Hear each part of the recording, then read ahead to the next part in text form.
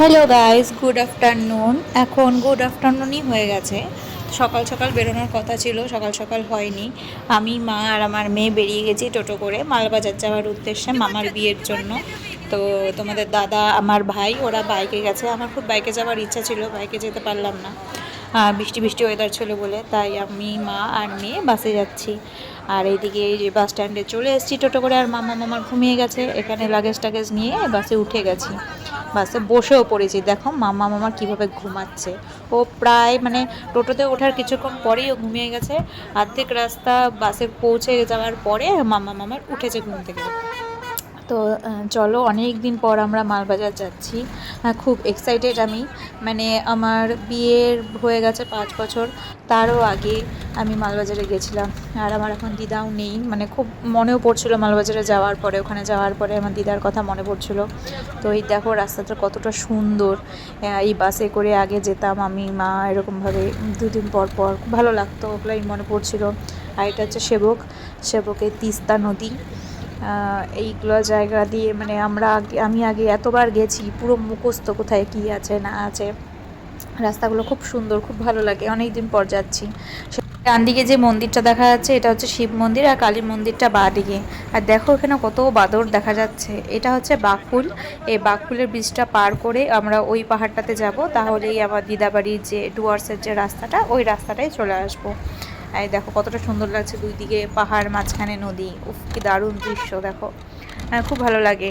আর বাস থেকে নেমেও গেছি। নেমে যাওয়ার পরে এই টোটোতে উঠে দেখো কি সুন্দর, দুই পাশ দিয়ে শুধু চা বাগান আর চা বাগান। এই দেখো টোটোতে চলে উঠে গেছি আমরা তিনজনে। মাম্মা ঘুম থেকে উঠে গেছে। এই চা বাগানগুলো মানে কতটা ভালো লাগে দেখতে, দেখো কি সুন্দর লাগছে। বাড়িতে চলে আসার পর এতটাই আনন্দে ছিলাম যে আর ভিডিওই করা হয়নি। এইবার হচ্ছে এটা সন্ধ্যাবেলার ভিডিও।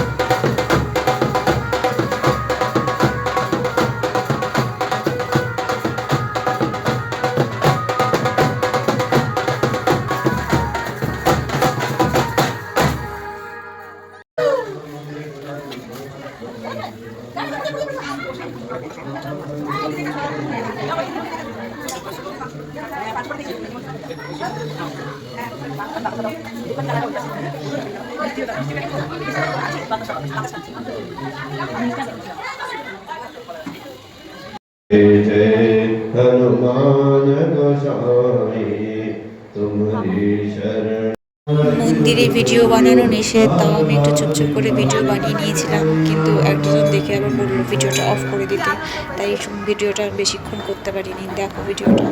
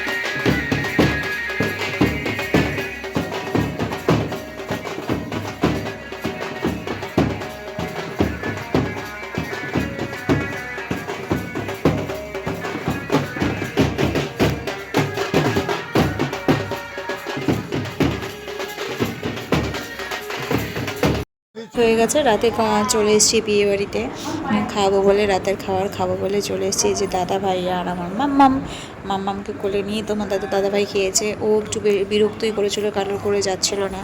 আর এই যে মা আমাদের ভাত দিচ্ছে, ভাই বসেছে, মা ভাত দিচ্ছে। কে খাইতে দিচ্ছে? মামা। একদম একদম। জামাইকে মামা শ্বশুর খেতে দিচ্ছে, আরে হাঁটু বয়সী মামা শ্বশুর। সেই সেই।